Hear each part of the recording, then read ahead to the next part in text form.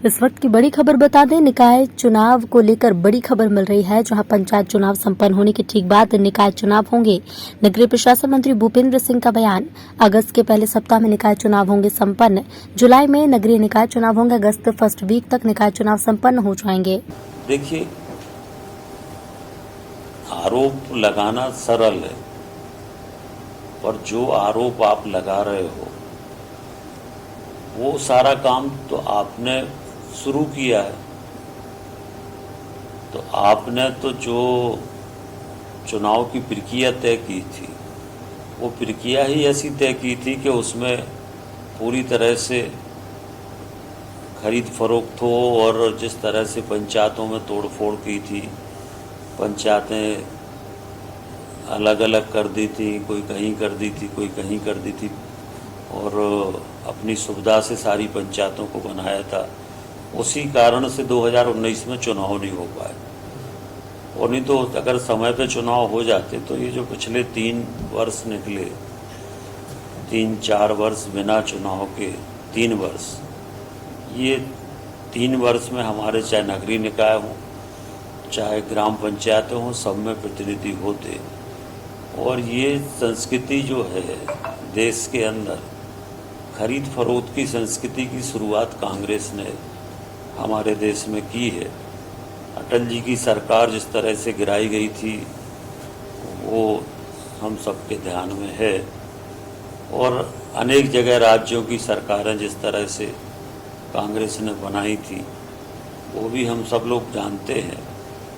तो ये जो संस्कृति देश में प्रारंभ की थी, ये कांग्रेस ने ही प्रारंभ की थी।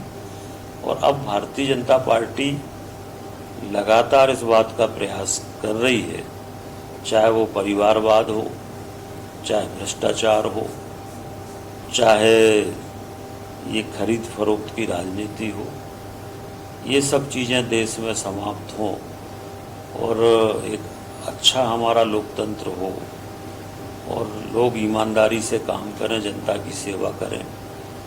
सुशासन का जो हमारा संकल्प है, सबका साथ सबका विकास विश्वास का जो संकल्प है, उस पर भारतीय जनता पार्टी चल रही है। और राजनीति में भी नए मूल्य स्थापित भारतीय जनता पार्टी ने किए हैं।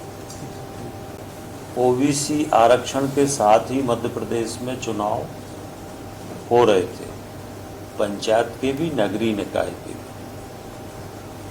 और इस पर हाई कोर्ट 5 बार कांग्रेस गई, फिर सुप्रीम कोर्ट कांग्रेस गई, और कांग्रेस की तरफ से ओबीसी आरक्षण का विरोध किया गया।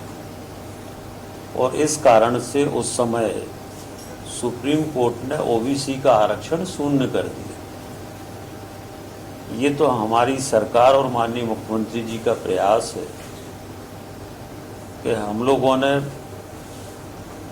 पूरी तैयारी करके, और देश का पहला राज्य मध्य प्रदेश है जिसको सुप्रीम कोर्ट ने ओबीसी के साथ चुनाव कराने की अनुमति दी है। महाराष्ट्र में जहां कांग्रेस की सरकार है, वहां पर भी बिना ओबीसी आरक्षण के पंचायत के चुनाव हुए हैं।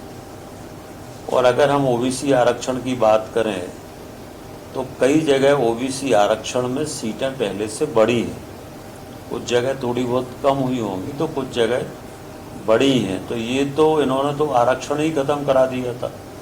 तो आज जो आरक्षण मिल रहा है, ये माननीय मुख्यमंत्री जी का जो प्रयास है, सरकार का जो प्रयास है, उसके कारण मिल रहा है। हम अगर नगरीय क्षेत्रों में भी हम देखें तो नगरीय क्षेत्रों की भी जो स्थिति है, हमारी जो नगर परिषद हैं, अब नगर परिषद में पहले भी ओबीसी की 73 थी, अब भी ओबीसी की 73 है।